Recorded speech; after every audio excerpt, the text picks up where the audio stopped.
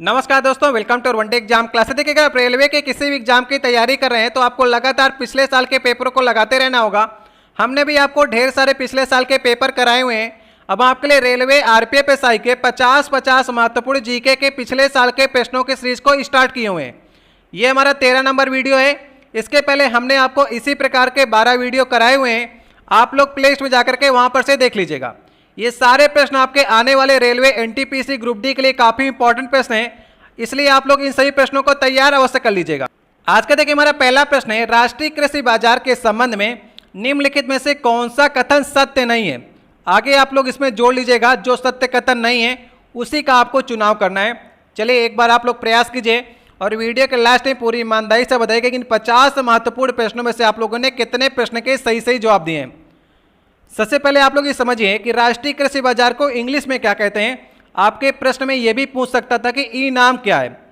ई नाम मतलब होता है, ई मतलब इलेक्ट्रॉनिक, और नाम का फुल फॉर्म होता है नेशनल एग्रीकल्चर मार्केट, जिसे हिंदी में राष्ट्रीय कृषि बाजार लिखा गया है। इसका उद्देश्य ये देश के विभिन्न राज्यों में स्थित कृषि उपज मंडी को इंटरनेट के माध्यम से जोड़ करके एकीकृत राष्ट्रीय कृषि उपज बाजार बनाना है। सीधा शर्त इसका ये कि अगर आप यूपी के किसान हैं और अपने माल को हरियाणा में बेचना चाहते हैं तो आप ई मार्केट के तहत बेच सकते हैं। तो आप देखते हैं कौन कौन से ऑप्शन इसके सही हैं।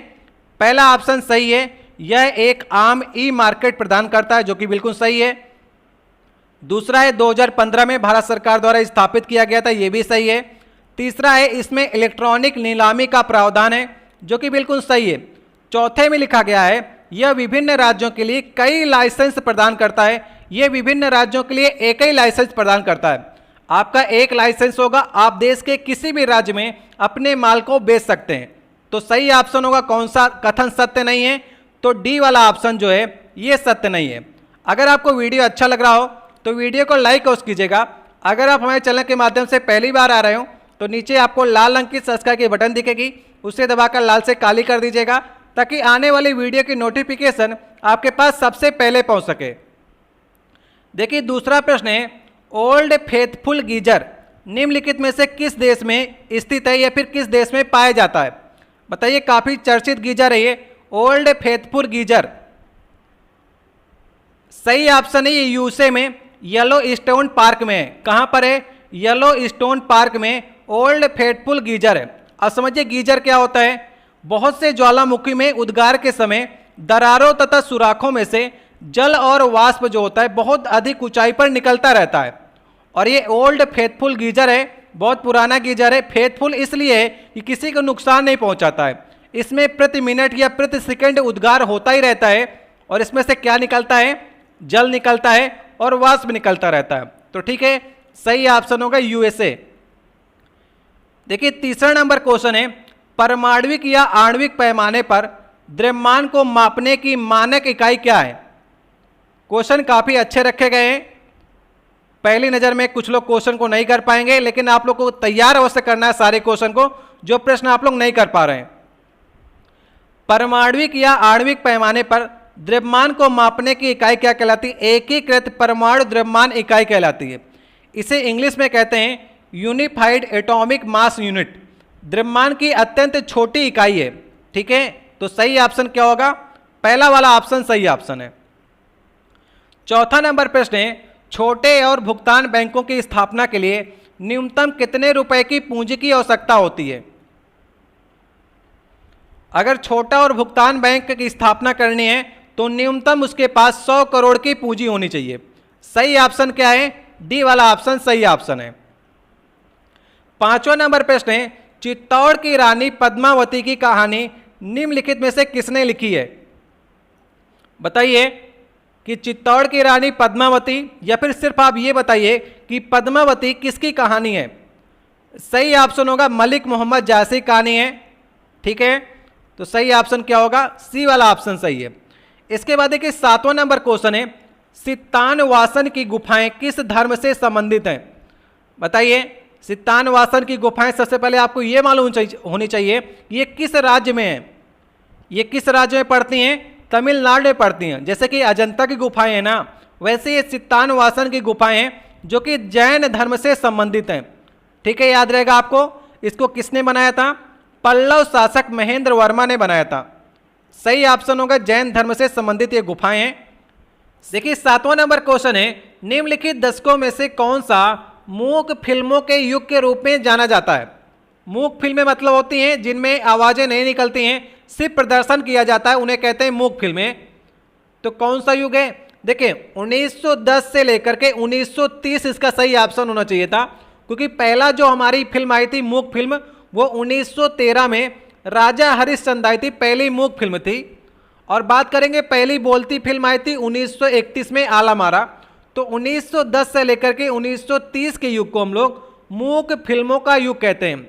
और सही ऑप्शन दिया गया है लास्ट वाला ऑप्शन, लास्ट वाले ऑप्शन में लिखा गया 1910 से लेकर के 1920, जो कि सही ऑप्शन दिया गया है। 8वां नंबर क्वेश्चन है, संविधान के किस अनुच्छेद के तहत आत्म संभ्रांत या फिर स्वयं के विरुद्ध अध्यारोपण साक्ष्य प्रतिबंधित है? चलिए बताइए, आपको स्वयं ही समझने का प्रयास करना है। इसी प्रकार की हिंदी आपके एग्जाम में देखने को मिलेगी। इसको मैं थोड़ा से आपको और बता देता हूं, किस अनुच्छेद के तहत अपराध के दोष सिद्ध के संरक्षण के संबंध में आर्टिकल दिया गया है। तो सही ऑप्शन होगा आर्टिकल 20 में आपसे कहा गया है अपराध के दोष सिद्ध के संबंध में संरक्षण का अधिकार है। आर्टिकल 20 और 21 यही ऐसे दो आर्टिकल हैं जो आपातकाल में भी लागू रहते हैं, आपातकाल में इन्हें खत्म नहीं किया जा सकता। आर्टिकल 20 और 21। आर्टिकल 20 में क्या लिखा गया? 3 प्रकार की आपको स्वतंत्रता मिली हुई है। किसी भी व्यक्ति को एक अपराध के लिए सिर्फ एक ही बार सजा मिलेगी, ठीक है। इसमें 3 प्रकार की स्वतंत्रता है। पहली स्वतंत्रता क्या है? किसी भी व्यक्ति को एक अपराध के लिए एक ही बार सजा मिलेगी। दूसरे नंबर में स्वतंत्रता क्या दी गई है? अपराध करते समय जो कानून है उसी के तहत आपको सजा मिलेगी। अगर कोई कानून पहले बना हुआ है उसके अनुसार आपको सजा नहीं मिलेगी, और बाद में कोई कानून बना दिया गया है तो उसके अनुसार आपको सजा नहीं मिलेगी। उस समय जितनी साल की सजा का प्रावधान है उतनी ही साल की सजा आप काटेंगे।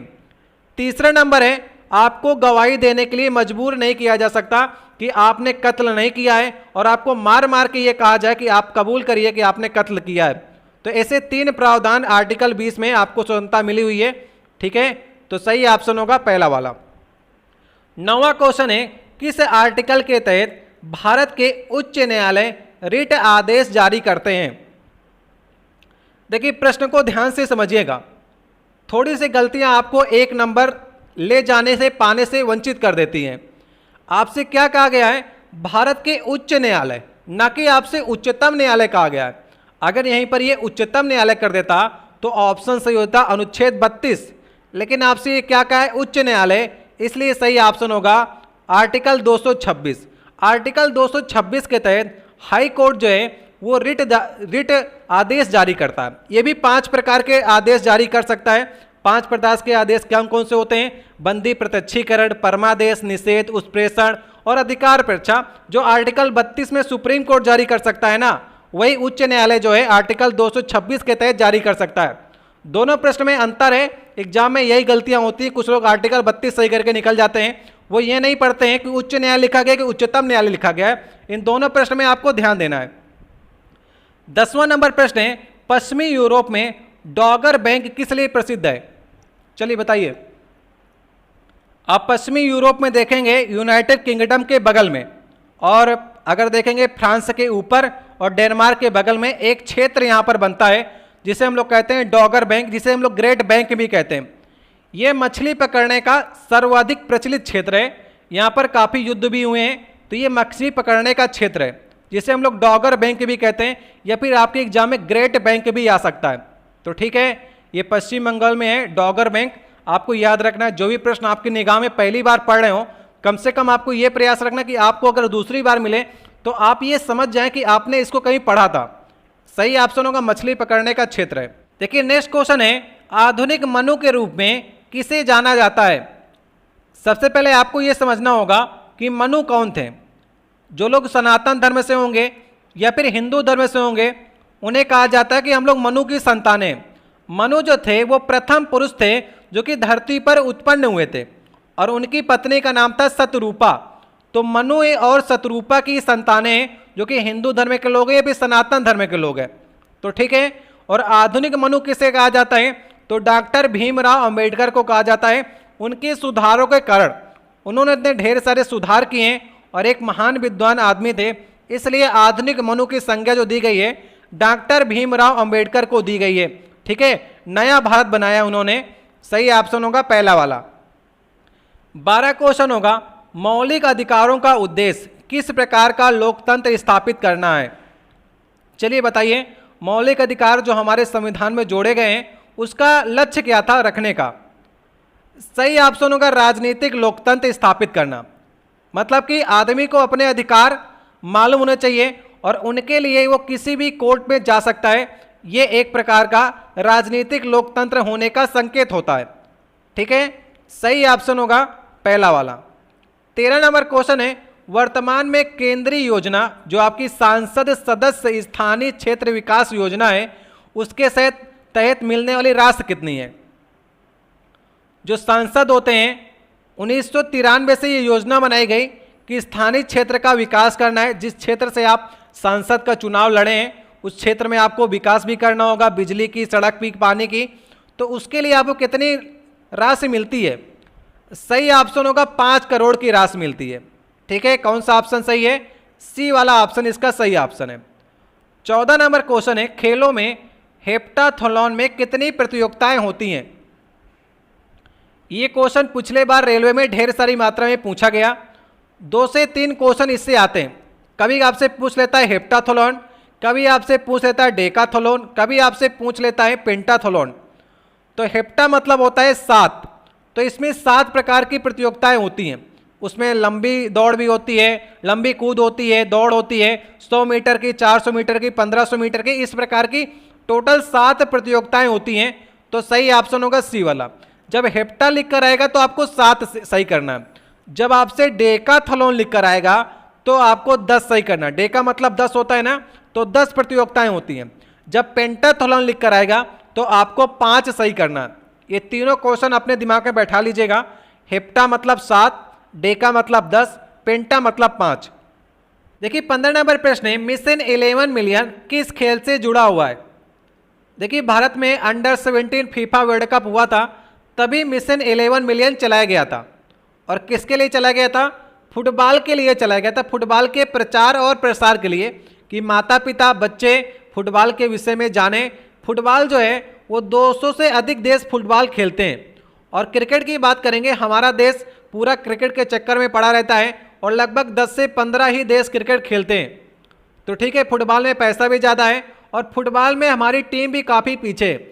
जब तक नए खिलाड़ी नहीं मिलेंगे, फुटबॉल को प्रोत्साहन नहीं मिलेगा, तब तक हमारी टीम जो है फुटबॉल की वो उभर के आगे नहीं आएगी। इसलिए फुटबॉल को अच्छा करने के लिए और ढेर सारे नए नए प्रतियोगियों को फुटबॉल के इंटरेस्ट लेने के लिए ये मिशन 11 मिलियन चलाया गया था। देखिए 16 नंबर क्वेश्चन है, किताबुल हिंद नामक पुस्तक किसके द्वारा लिखी गई थी। चलिए बताइए, किताबुल हिंद जिसे हम लोग हिंदी में कहते हैं भारत की खोज, इसे लिखा था अल बरूनी ने। मैंने आपको 4 नाम याद कराए थे, अल बरूनी, फिरदौसी, उतबी और फारूकी। ये चारों के चारों जो लेखक थे ये महमूद गजनवी के शासनकाल में आए थे। कौन कौन से, अल बरूनी, फिरदौसी, उतबी और फारूकी। ठीक है, किताबुल हिंद किसकी है, ये अल बरूनी की रचना है। 17 नंबर क्वेश्चन है, बी लिम्फोसाइट हमारे रक्त में रोगाणुओं से लड़ने के लिए एक प्रोटीन रक्षी परत का उत्पादन करते हैं। इन प्रोटीनों को क्या कहा जाता है। जब एंटीजन हमारे शरीर में अटैक करते हैं तो क्या होता है, श्वेत रक्त कणिकाएं एक प्रोटीन बनाती हैं जिसका नाम होता है एंटीबॉडीज। क्या नाम होता है, एंटीबॉडीज। तो एंटीबॉडीज जो होती हैं हमारे रक्त में रोगाणुओं से लड़ने के लिए एक प्रोटीन अच्छी परत का निर्माण करती हैं। तो ठीक है, सही ऑप्शन होगा सी वाला। 18 नंबर क्वेश्चन है, मुक्त अवस्था में बिंदुओं के बीच सामान्य त्रिविम समिष्टि को क्या कहा जाता है। बताइए, थोड़ा से कठिन लेवल क्वेश्चन है। इसे कहते हैं क्रिस्टल लैटिस कहते हैं। ये क्रिस्टल लैटिस की संरचना है, इसे आप लोग देख लीजिए। ये क्या है, मुक्त अवस्था में बिंदुओं के बीच सामान्य त्रिविम समिष्टि को क्या कहा जाता है, तो क्रिस्टल लैटिस कहा जाता है। 19वां नंबर क्वेश्चन है, मध्ययुगीन भारत में कारखाने शब्द का क्या अर्थ था। चलिए बताइए, मध्ययुगीन जो भारत था वहाँ पर कारखाने को क्या कहा जाता था? वहाँ पर कारखाने शब्द का मतलब था शाही कार्यशाला। कार्यशाला समझते हैं ना, जहाँ पर चीज़ें बनती हैं, कारखाना जो होता है शाही कार्यशाला कहलाता था। सही ऑप्शन होगा डी वाला। 20 नंबर क्वेश्चन है, भारत की सबसे बड़ी पवन चक्की का समूह जो है वो किस राज्य में स्थित है? बताइए, भारत में सबसे बड़ी पवन चक्की का समूह किस राज्य में स्थित है? तो ये आपका तमिलनाडु में, ठीक है। सही ऑप्शन होगा डी वाला। तमिलनाडु में जो है ढेर सारी पवन चक्कियों का समूह है, तो सही ऑप्शन होगा डी वाला। कि नेक्स्ट क्वेश्चन है, आवश्यक प्रतिक्रियाओं या फिर रासायनिक प्रक्रिया से बने उत्पादों का मात्रात्मक अध्ययन क्या है? ऐसा नहीं कि आपको सारे क्वेश्चन आते हो, बहुत ढेर सारे क्वेश्चन जो है इसमें नए लेवल के क्वेश्चन रखे गए, जो कि सही ऑप्शन होगा सी वाला ऑप्शन जो है इसका सही ऑप्शन है। सी वाले में लिखा गया है स्टोचियोमेट्री, जिसे इंग्लिश में इस प्रकार से लिखते हैं। अगर आप इसे इंग्लिश में जानना चाहें तो इस प्रकार से इसे स्पेलिंग लिखते हैं, स्टोचियोमेट्री कहते हैं इसे, इंग्लिश में इस प्रकार से लिखते हैं स्टोचियोमेट्री। तो सही ऑप्शन होगा सी वाला। हिंदी में अगर आप इसे जानना चाहते हैं तो रस समीकरण मिति कहते हैं आवश्यक प्रक्रियाओं या फिर रासायनिक प्रक्रिया में बने उत्पादों का मात्रात्मक अध्ययन जो होता है वो सी वाला ऑप्शन सही ऑप्शन है। 22 नंबर क्वेश्चन है, मानव आँख के द्वारा ग्रहण किए गए प्रकाश की मात्रा का मापन क्या कहलाता है? मानव आँख के द्वारा जो प्रकाश ग्रहण किया जाता है उसका मापन क्या कहलाता है? तो इसे कहते हैं हम लोग फोटोमेट्री कहते हैं। सही ऑप्शन क्या होगा? ए वाला ऑप्शन जो है वो सही ऑप्शन है, फोटोमेट्री। कुछ चीज़ें जो हैं इन्हें आपको याद ही करनी पड़ेंगी। देखिए 23 नंबर क्वेश्चन है, निम्नलिखित में से वह पहला राज्य कौन सा है जिसने राज्य भर के सभी घरों में रूफ टॉप वर्षा जल संचय को अनिवार्य बना दिया है? इंपॉर्टेंट क्वेश्चन है, very very most important question है। चलिए बताइए किस राज्य ने ऐसा किया है? सही ऑप्शन होगा तमिलनाडु ने ऐसा किया है। अब इसका मतलब समझिए, अगर वर्षा होती है तो आपको अपने छतों में वर्षा पानी का संचय करना होगा और इसको फिल्टर करके अपने यूज में करना होगा इस पानी को, ताकि जो वर्षा का पानी है बर्बाद ना हो। आपको मालूम है दक्षिण भारत में नदियों में इतना पानी नहीं है कि वहाँ की लोगों की आवश्यकताओं की पूर्ति हो सके। इसलिए आपको मालूम होगा, कभी आपने गोदावरी नदी जल विवाद पढ़ा होगा, कावेरी नदी जल विवाद है, ये अक्सर जो है दक्षिण के राज्यों में होते ही रहते हैं। इसलिए तमिलनाडु ने यह कह दिया है कि आपको वर्षा जल का संग्रह करना ही करना होगा। आप उत्तर भारत की तरह वहाँ पर समरसेबुल या फिर कुआं खोद करके नीचे से पानी नहीं निकाल सकते हैं, क्योंकि वहाँ की भूमि है पथरीली, और पथरीली भूमि में आप क्या क्या चला सकते हैं। वहाँ बड़ी मुश्किल से जो तालाब खोदे जाते हैं, जो प्राकृतिक रूप से तालाब बने हुए हैं, उससे पानी संचय होता है। तो ये तमिलनाडु ने अनिवार्य बना दिया है। देखिए 24 नंबर क्वेश्चन है, 1765 में दीवानी अधिकार अंग्रेजों को किस राज्य में मिला? 1765 के पहले आपको मालूम है 1764 में एक बक्सर का युद्ध हुआ था। ईस्ट इंडिया कंपनी, मुगल बादशाह, बंगाल के नवाब और अवध के नवाब, मतलब कि मीर कासिम, सिजाउद्दौला और शाह आलम द्वितीय के मध्य में युद्ध हुआ था, बक्सर के युद्ध, जिसे ईस्ट इंडिया कंपनी या फिर अंग्रेज जीत लिए थे। उसके तहत 1765 में शाह आलम द्वितीय को एक इलाहाबाद की संधि करनी पड़ी। उस संधि के तहत बंगाल, बिहार और उड़ीसा की दीवानी, दीवानी मतलब होता है राजस्व वसूलने की शक्ति, मतलब जो कर वसूलेगी वो ईस्ट इंडिया कंपनी वसूलेगी, ना कि कौन? बंगाल के नवाब। इसलिए सही ऑप्शन होगा बंगाल, बिहार और उड़ीसा की जो दीवानी थी वो अंग्रेजों को प्राप्त हो गई, क्योंकि बक्सर के युद्ध हार चुके थे। इसलिए बंगाल, बिहार और उड़ीसा ये काफ़ी संबद्ध आपके क्षेत्र थे, यहाँ से काफ़ी राजस्व वसूला जाता था और वो अब अंग्रेज वसूलेंगे। 25 नंबर क्वेश्चन है, उत्तर पूर्वी भारत में झूमिंग खेती को क्या कहा जाता है? झूमिंग खेती को क्या कहा जाएगा? तो झूम कृषि कहा जाता है, या फिर इसे स्थानांतरित कृषि भी कहा जाता है। जो अगर आप यहाँ पर कुछ वनों को काट करके वहाँ पर खेती करते हैं, जैसे कि आपके उत्तर पूर्वी इलाके के जो भी ज़िले हैं वहाँ पर जनजातियाँ रहती हैं, तो कुछ वहाँ पर जो पेड़ पौधे होते हैं वहाँ पर खेती करते हैं और कुछ समय बाद उसको छोड़ करके कोई नए स्थान पर खेती करते हैं, फिर वहाँ पर से ज़मीन जो होती है उपजाऊ हो जाती है बाद में, तो उसे कहते हैं स्थानांतरित कृषि भी कहते हैं या फिर झूम कृषि भी कहते हैं। 26 नंबर क्वेश्चन है, इनमें से कौन सी प्रतियोगिता दौड़ वाली प्रतियोगिता से संबंधित नहीं है, जिसमें दौड़ ना होती हो? लघु दौड़, रिले और मैराथन, ये तीनों में दौड़ होती हैं। जबकि ताइक्वांडो, ताइक्वांडो क्या है? एक मार्शल आर्ट है और ये राष्ट्रीय खेल भी है। कहाँ का? दक्षिण कोरिया का राष्ट्रीय खेल है ताइक्वांडो। क्या? एक मार्शल आर्ट है। 27 नंबर क्वेश्चन है, डिगबोई और नाहरकटिया तेल क्षेत्र भारत के किस राज्य में है? आपने डिगबोई का नाम सुना होगा, लेकिन नाहरकटिया का नाम थोड़ा कम सुना होगा। इस प्रश्न में आप जान जाएंगे कि ये असम में, असम में है। यहाँ से तेल निकाला जाता है सुरमा घाटी से। क्या नाम है? आपके एग्जाम में ये भी आ सकता है, सुरमा घाटी कहाँ है? तो सुरमा घाटी कहाँ है? असम में। वहीं पर डिगबोई और नाहरकटिया है, ये तेल निकाला जाता है। 28 नंबर क्वेश्चन है, पीडीएस, पीडीएस को लिख लीजिए, पीडीएस योजना को लक्षित पीडीएस के रूप में पुनर्गठित कब किया गया? पीडीएस का फुल फॉर्म होता है पब्लिक डिस्ट्रीब्यूशन सिस्टम। इसे कर दिया गया बाद में नाम चेंज करके लक्षित पीडीएस कर दिया गया। लक्षित पीडीएस मतलब कि टी जोड़ दिया गया आगे, टारगेटेड पब्लिक डिस्ट्रीब्यूशन सिस्टम। ठीक है, 1997 में इसका पुनर्गठन किया गया। इसे कहते हैं सार्वजनिक वितरण प्रणाली। हिंदी में क्या कहते हैं? सार्वजनिक वितरण प्रणाली। पहले वाली जो योजना थी पीडीएस की, उसमें काफ़ी घोटाले हो गए थे, भ्रष्टाचार हो गया था, इसलिए नई वाली जो योजना बनाई गई वो लक्षित पीडीएस के नाम से बनाई गई। जो खाद्यान्न वितरण होता है ना, बीपीएल वाले धारकों को मिलते हैं ना गेहूं चावल, ये इसी योजना के तहत मिलते हैं। 1997 में इसका पुनर्गठन किया गया। 29 नंबर क्वेश्चन है, निम्नलिखित में से कौन सा दुनिया का सबसे शुष्क रेगिस्तान है? चलिए, सबसे शुष्क रेगिस्तान कौन सा है? Very very most one question है, बहुत बार क्वेश्चन आता है। सही ऑप्शन है आटाकामा का मरुस्थल है, उत्तरी चिली में पड़ता है। उत्तरी चिली कहाँ पर है? दक्षिण अमेरिका में। दक्षिण अमेरिका के उत्तरी चिली में ये आटाकामा मरुस्थल है, जो कि दुनिया का सबसे शुष्क मरुस्थल है। 30 नंबर क्वेश्चन है, रेशम फाइबर के उत्पादन के लिए रेशम कीड़े के पालन को किस रूप में जाना जाता है?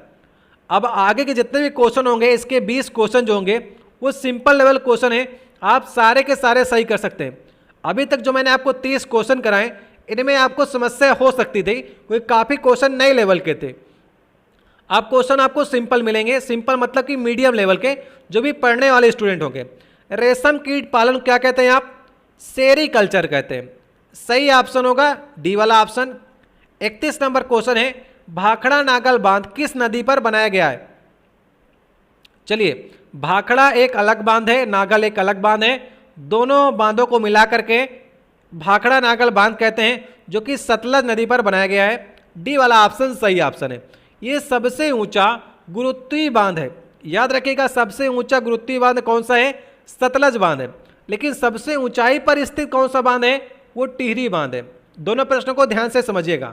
32 नंबर क्वेश्चन है, वास्को डी गामा भारत कब आया था? बताइए, वास्को डी गामा भारत कब आया था? तो 1498 ईस्वी को वास्को डी गामा भारत आया था, कालीकट केरल में। ठीक है, आप लोग ये बताइएगा, जो भी अच्छे स्टूडेंट हैं, वास्को डी गामा दोबारा भारत कब आया? चलिए, इंपॉर्टेंट क्वेश्चन है, एग्जाम में आपके पूछा गया क्वेश्चन है, और आपको कमेंट बॉक्स में लास्ट में बताना है कि पहली बार तो 1498 में आया था, यहाँ पर से गया जो लेकर के आपके यहाँ से मसाले लेकर गया, काफ़ी उच्च दाम पर वहाँ पर यूरोप में जाकर बिके इसके मसाले, फिर ये भारत लौट कर आया था। और कब आया था? आपको कमेंट बॉक्स में उत्तर देना है। 33 नंबर क्वेश्चन है, निम्नलिखित में से कौन सा सामान्यतः लाल शैवाल कहा जाता है? चलिए बताइए, लाल शैवाल आप किसे कहेंगे? Red algae. सही ऑप्शन है रोडोफिसी। रोडोफिसी जो है ये वैज्ञानिक नाम है लाल शैवाल का। ठीक है, याद रहेगा आपको। फियोफिसी जो होता है इसे कहते हैं भूरा शैवाल। भूरे शैवाल को क्या कहते हैं? फियोफिसी। और क्लोरोफिसी कहते हैं हरा शैवाल को। क्लोरोफिल होता है ना, हरा होता है ना, तो क्लोरोफिसी हो जाएगा हरा वाला, और फेयोफिसी हो जाएगा भूरा वाला, और रोडोफिसी हो जाएगा लाल वाला। ये तीन ही आपके लिए इंपॉर्टेंट है। 34 नंबर क्वेश्चन है, निम्नलिखित महाद्वीपों में से एटलस पर्वत कहां पर स्थित है? एटलस पर्वत सही ऑप्शन होगा अफ्रीका में। एटलस पर्वत कहां पर है? अफ्रीका में। ठीक है, डी वाला ऑप्शन सही है। 35 नंबर क्वेश्चन है, आंध्र प्रदेश पुनर्गठन अधिनियम 2014 के अनुसार हाल ही में किस राज्य की स्थापना की गई है? 2 जून 2014 को आंध्र प्रदेश पुनर्गठन के अनुसार किस राज्य की स्थापना की गई? तो तेलंगाना बना था। याद है आपको? तेलंगाना बना था। पहला वाला 1953 में हुआ था गठन, पुनर्गठन लिखा है ना, तो पहला वाला गठन हो चुका था 1953 में। पहला जो था ये तमिलनाडु से अलग हुआ था, आंध्र प्रदेश। तमिल भाषी के लिए तमिलनाडु और तेलुगु भाषी के लिए आंध्र प्रदेश बना था। आपको मैंने बताया था ना एक बार कि राम लल्लू ने 58 दिन का आमरण अनशन किया था, इसलिए आंध्र प्रदेश का गठन किया गया था 1953 में। 36 नंबर क्वेश्चन है, किसको वुड स्प्रिट कहा जाता है या फिर कास्ट स्प्रिट किसे कहा जाता है? 36 नंबर क्वेश्चन है, तो मेथनॉल को कहा जाता है। ये काफ़ी कंफ्यूजिंग होता है, मैंने आपको बताया था कि मेथनॉल आपको सही करना है। CH3OH जो होता है ये मेथनॉल का फार्मूला होता है, और एथेनॉल जो होता है ये पीने वाली एल्कोहल होती है, C2H5OH। ये फार्मूले आप लोग ध्यान रखिएगा, जितने C हों उसके डबल से एक ज़्यादा H कर दीजिएगा। अगर C 1 है तो H 3 होगा, दुगने से एक ज़्यादा आगे आपको OH लगा देना क्योंकि एल्कोहल है। 37 नंबर क्वेश्चन है, राज्य के नीति निर्देशक सिद्धांतों के लक्ष्य क्या हैं? जो राज्य के नीति निर्देशक लक्ष्य आपके रखे गए हैं 36 से लेकर 51 तक आर्टिकल में, उनका लक्ष्य क्या था रखने का? सही ऑप्शन है सामाजिक, राजनीतिक और आर्थिक व्यवस्था को अच्छे ढंग से बनाने के लिए यह राज्य को दिए जाने वाला एक सुझाव है। ठीक है, राज्य के नीति निर्देशक सिद्धांतों के क्या लक्ष्य हैं? सामाजिक, आर्थिक और राजनीतिक न्याय का लक्ष्य है। 38 नंबर क्वेश्चन है, जन संपत्ति के संरक्षक के रूप में किसे जाना जाता है? जन संपत्ति के रक्षक के रूप में किसे जाना जाता है? तो सही ऑप्शन है नियंत्रक एवं महालेखा परीक्षक को जाना जाता है, जिसे हम लोग कहते हैं कैग। जन संपत्ति का संरक्षक है। आर्टिकल 148 से लेकर के 151 तक इसकी चर्चा है, यह भी आप लोग ध्यान में रखिएगा। 39 नंबर क्वेश्चन है, निम्नलिखित में से किस खेल को ब्रेस्ट स्ट्रोक शब्द जुड़ा है? ब्रेस्ट स्ट्रोक किस खेल से जुड़ा हुआ है? ये क्वेश्चन काफ़ी बार आ चुका है और सही ऑप्शन होगा तैराकी से जुड़ा हुआ है। लेकिन नेक्स्ट क्वेश्चन है, किस संवैधानिक संशोधन के द्वारा केंद्र शासित क्षेत्र दिल्ली को राष्ट्रीय राजधानी क्षेत्र दिल्ली के रूप में पुनर्गठित किया गया? मतलब कि NCR के रूप में पुनर्गठन किया गया किस संवैधानिक संशोधन के द्वारा? ये भी वेरी मोस्ट इम्पोर्टेंट क्वेश्चन है। सही ऑप्शन होगा 69 संवैधानिक संशोधन के द्वारा। ये कब हुआ था? 1991 में हुआ था। इसे आप लोग याद रखिएगा, काफ़ी इंपॉर्टेंट संवैधानिक संशोधन है ये। 41 नंबर क्वेश्चन है, तुगलक वंश की स्थापना किसने की थी? चलिए बताइए, तुगलक वंश की स्थापना किसने की थी?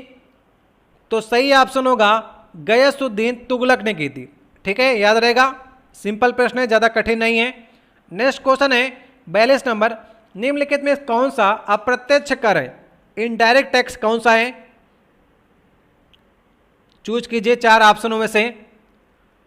अभी आपके अप्रत्यक्ष करों को एक रूप दे दिया गया जिसका नाम क्या गया? वस्तु एवं सेवा कर, जिसे हम लोग कहते हैं GST, goods and service tax. तो सही ऑप्शन है पहला वाला, एक अप्रत्यक्ष कर है। इनडायरेक्ट करों को मिला करके GST बना है, डायरेक्ट कर उसमें नहीं मिले हैं, इनडायरेक्ट टैक्स है। ठीक है। 43 नंबर क्वेश्चन है, निम्नलिखित में से किस राज्य में प्रसिद्ध मार्शल आर्ट कैलारीपट्टू की उत्पत्ति हुई है? ये तो क्वेश्चन आपका आ चुका है। कैलारीपट्टू मैंने आपको बताया था ना किस राज्य का है, तो सही ऑप्शन होगा केरल का है। ठीक है, याद रहेगा आपको कहाँ का है, इसे याद कर लीजिएगा, रेलवे बार बार पूछ रहे हैं क्वेश्चन को। कैलारीपट्टू किस राज्य में है? मार्शल आर्ट है, केरल का है। देखिए 44 नंबर क्वेश्चन है, 1952 में ओलंपिक खेलों में स्वतंत्र भारत ने अपना पहला व्यक्तिगत पदक जीता जो किस देश में हुआ था? चलिए बताइए, काफ़ी कम लोग को मालूम होगा कि 1952 का ओलंपिक खेल कहाँ पर हुआ था। ये इसलिए इम्पोर्टेंट हो गया कि भारत ने अपना पहला व्यक्तिगत पदक जीता, और किसने ये पदक जीता था? KD जाधव। नाम याद रखिएगा, वेरी मोस्ट इंपॉर्टेंट क्वेश्चन है। आपसे अगली बार ये पूछ लेगा कि पहला व्यक्तिगत पदक ओलंपिक में किसने जीता, तो सही ऑप्शन होगा KD जाधव। फ्री स्टाइल कुश्ती में क्या जीता था? कांस्य पदक जीता था। और ये ओलंपिक गेम कहाँ पर हुए थे? हेलसिंकी में हुए थे। हेलसिंकी कहाँ पर है? फिनलैंड में जगह का नाम है। हेलसिंकी में 1952 के ओलंपिक गेम हुए थे। केडी जाधव ने कांस्य पदक जीता था स्वतंत्र भारत में। चलिए एक क्वेश्चन का आप लोग कमेंट बॉक्स में ये जवाब दीजिए कि स्वतंत्र भारत में अपना पहला व्यक्तिगत स्वर्ण पदक किसने जीता? इन्होंने तो कांस्य पदक जीता। मैं आपसे स्वर्ण पदक पूछ रहा हूं, किसने स्वर्ण पदक जीता था व्यक्तिगत तौर पर? व्यक्तिगत मतलब होता है किसी एक आदमी ने जीता, पूरी टीम ने मिलकर नहीं जीता, किसी एक आदमी ने जीता।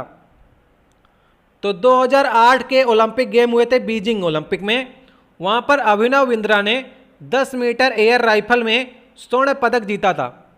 2008 में व्यक्तिगत कोई आदमी ने स्वर्ण पदक जीता जाकर के ओलंपिक में, और 1952 में कांस्य पदक जीता था फ्री स्टाइल कुश्ती में केडी यादव ने। ठीक है, याद रहेगा, मैंने काफ़ी ध्यान दिया है इसमें, काफ़ी समय दिया है ताकि आपको यहीं पर याद कराने का प्रयास कर सकूं।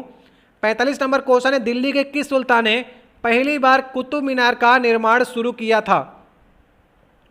तो कुतुब मीनार जैसा कि आपको नाम से ही मालूम चल रहा है, तो कुतुबुद्दीन ऐबक ने कराया था। बाद में इसका निर्माण अलग अलग शासकों ने कराया, जैसे कि इल्तुतमिश ने भी इसका निर्माण आगे की ओर कराया था। तो सबसे पहले इसकी नींव किसने रखी थी, शुरुआत किसने की थी? कुतुबुद्दीन ऐबक ने की थी। 46 नंबर क्वेश्चन है, सुल्तान मोहम्मद बिन तुगलक ने अपनी राजधानी को दिल्ली से किस जगह स्थानांतरित करने का फैसला किया था? देखिए मोहम्मद बिन तुगलक के 3 फैसले काफ़ी चर्चित हैं। ठीक है, कौन कौन से फैसले हैं? पहले तो द्वाब कर में वृद्धि, जब द्वाब कर की वृद्धि किया तभी अकाल पड़ गया, तो कर मिल नहीं पाया ढंग से, लोगों ने काफ़ी आलोचना की, फिर इसको अपनी द्वाब कर की वृद्धि को वापस लेना पड़ा। दूसरी बात यह थी कि इसने एक सांकेतिक मुद्रा का चलन किया था, लोगों में भ्रष्टाचार बन गया, लोग घर पे ही मुद्रा बनाने लगे। तीसरा इसने क्या किया, दिल्ली से देवगिरी स्थानांतरित कर दी राजधानी।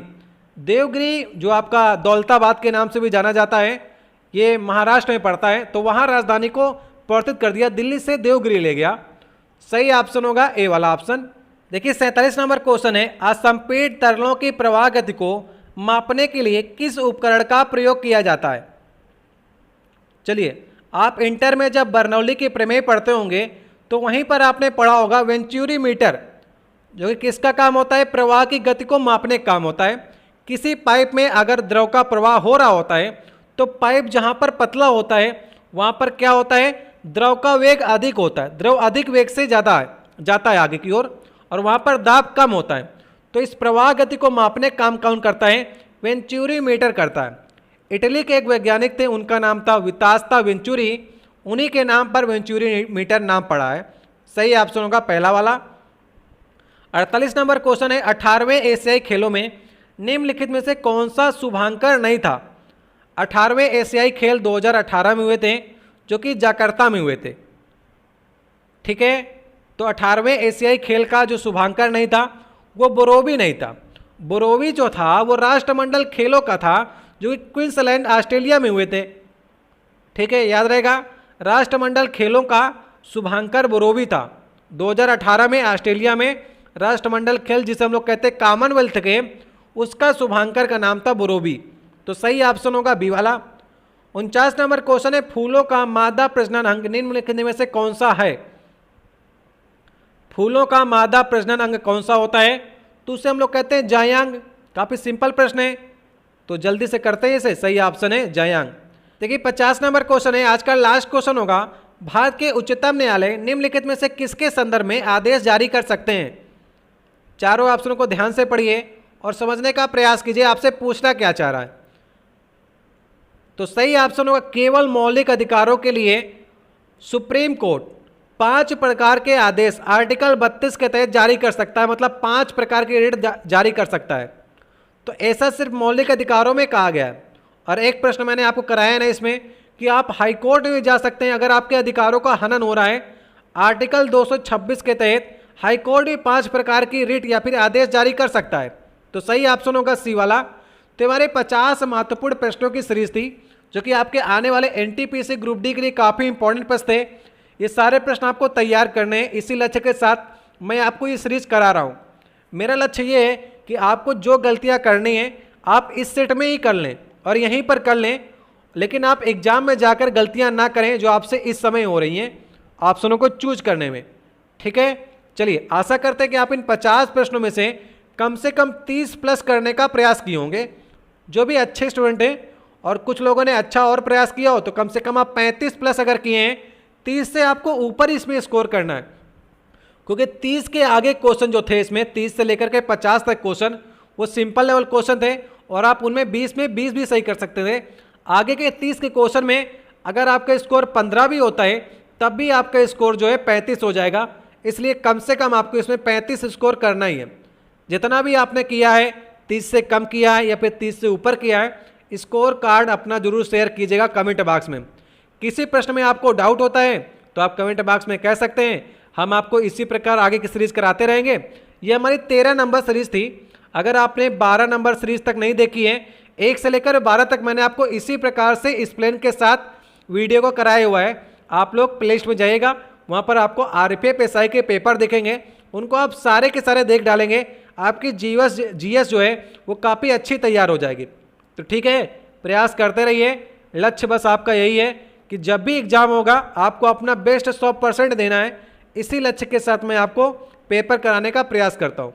मिलते हैं आपसे नेक्स्ट वीडियो में। बहुत बहुत धन्यवाद।